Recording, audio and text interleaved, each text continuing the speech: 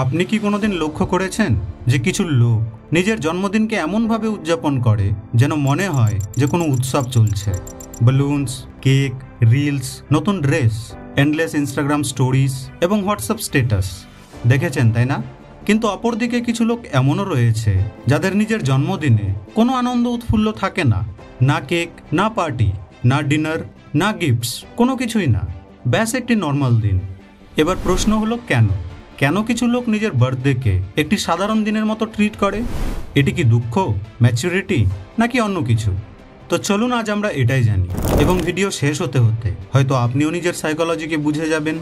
So let's begin. দেখুন বন্ধু, কিছু লোকের স্টোরি বাকিদের মতো সিম্পল হয় না, অনেক দুঃখের হয়। এরা নিজের জন্মদিন উদযাপন করে না কারণ এদের কোনোদিন ফিলই হয়নি যে আমার জন্মটি খুবই মূল্যবান।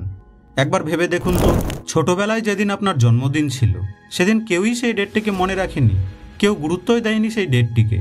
বন্ধুরা কেউ উইশ করেনি, ফ্যামিলি ব্যস্ত ছিল, আর একবার যখন জন্মদিনে পার্টি প্ল্যান করেছিলেন তো সেই পার্টিতে কেউই আসেনি।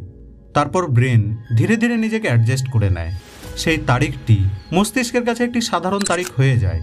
আর সাইকোলজিক্যাল ভাষায় একে বলা হয় লার্নড হেল্পলেসনেস। যখন বারবার ডিসঅ্যাপয়েন্টমেন্ট আসে তখন মানুষ প্রত্যাশা করাই ছেড়ে দেয়।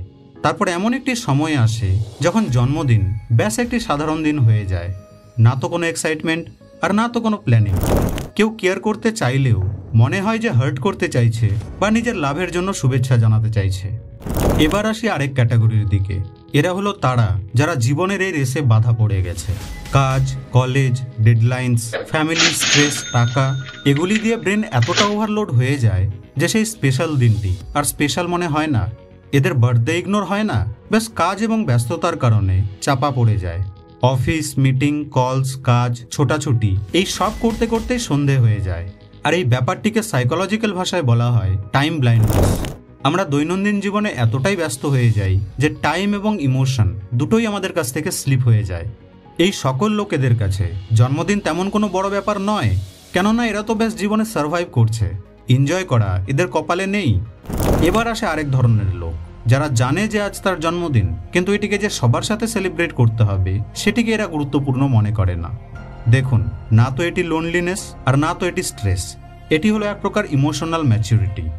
রিসার্চ বলে যে সকল লোকেদের খুশি এক্সটার্নাল জিনিসের উপর নির্ভর করে, যেমন পার্টি, অ্যাটেনশন, গিফটস বা কেকস, এই সকল লোকেরা সাধারণত ইমোশনালি আনস্টেবল স্বভাবের হয়।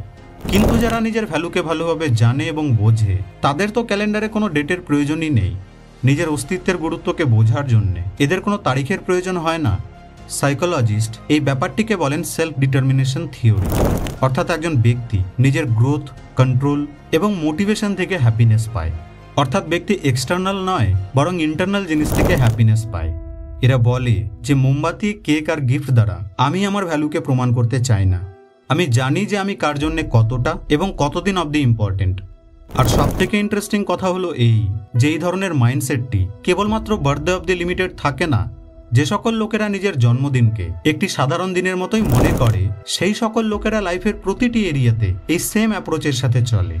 এরা স্পটলাইট খোঁজার চেষ্টা করে না, এরা লাইকস এবং অ্যাটেনশনের পেছনে ছোটে না, এরা হ্যাপিনেসকে বাহ্যিক জিনিসের মধ্যে খোঁজার চেষ্টা করে না। তো তার মানে কি? এরা কি কোনোদিনই একা ফিল করে না? হ্যাঁ, অবশ্যই ফিল করে। এরাও তো মানুষই। ব্যাস তফাৎ শুধু এটাই যে এরা জানে যে জীবনের প্রতিটি দিনই খুব স্পেশাল। যদি আপনি দিনটিকে স্পেশাল মনে করে চলেন তবেই। তাদের কাছে বছরের কেবল নির্দিষ্ট একটি দিন স্পেশাল নয়, বরং প্রতিদিনের একটি ইমোশন। তো আপনি কেমনভাবে আপনার বার্থডে সেলিব্রেট করেন তা আপনার ব্যাপারে অনেক সাইকোলজিক্যাল ফ্যাক্ট রিভিল করে। কারো কাছে এটি তাদের অতীতের কোনো আঘাত হয়, কারো কাছে দায়িত্ব, তো আবার কারো কাছে মানসিক শান্তি। প্রশ্ন এটা নয় যে আপনি কেক কাটছেন কিনা, প্রশ্ন এটা যে আপনি নিজের অস্তিত্বের সেলিব্রেশন কোথায় পান, বাহ্যিক জগতে নাকি অন্তর্জগতে? আচ্ছা বন্ধু, আপনি কি আপনার বার্থডে সেলিব্রেট করেন নাকি একটি সাধারণ দিনের মতোই পার করে দেন? কমেন্ট বক্সে আমাকে অবশ্যই জানাবেন। ভিডিওটি ভালো লেগে থাকলে লাইক এবং শেয়ার করতে ভুলবেন না কিন্তু। আপনাদের সঙ্গে আবার দেখা হবে নেক্সট ভিডিওতে।